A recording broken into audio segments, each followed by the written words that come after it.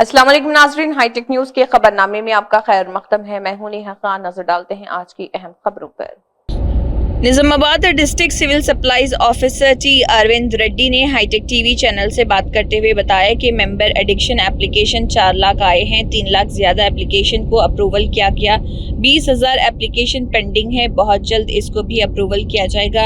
New ration card application MRO office में pending है। Nizamabad district civil supplies officer T Arvind Reddy ने कहा है कि न्यू राशन कार्ड को एमआरओ ऑफिस से एप्लीकेशन इंक्वायरी कर भेजा नहीं गया है।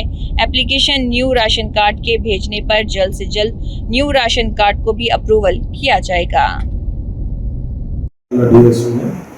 రేషన్ కార్డులకు సంబంధించి ప్రభుత్వ ఉత్తర్వుల ప్రకారం కొత్త రేషన్ కార్డులు మరియు అట్లానే మెంబర్ ఎడిషన్స్ సంబంధించి ఎవరైతే మీ సేవల అప్లికేషన్స్ సబ్మిట్ చేసుకున్నారో వాటికి సంబంధించి వెరిఫికేషన్ ఆర్ఐ గారి నుంచి అన్ని లెవెల్లో వెరిఫికేషన్ కంప్లీట్ అయింది. తహసీల్దార్ గారి నుంచి మరియు డిఎస్ఓ గారి నుంచి స్టేట్ లెవెల్కి పుష్ చేయబడ్డాయి.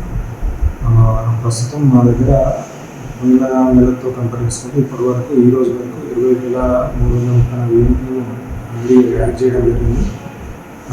ఇది ఇంకా 30,000 దాకా తహసీల్దార్స్ దగ్గర 45,000 దాకా యూనిట్స్ ఆర్ఐ లెవెల్లో మరియు తహసీల్దార్ లెవెల్లో పెండింగ్ ఉన్నాయి.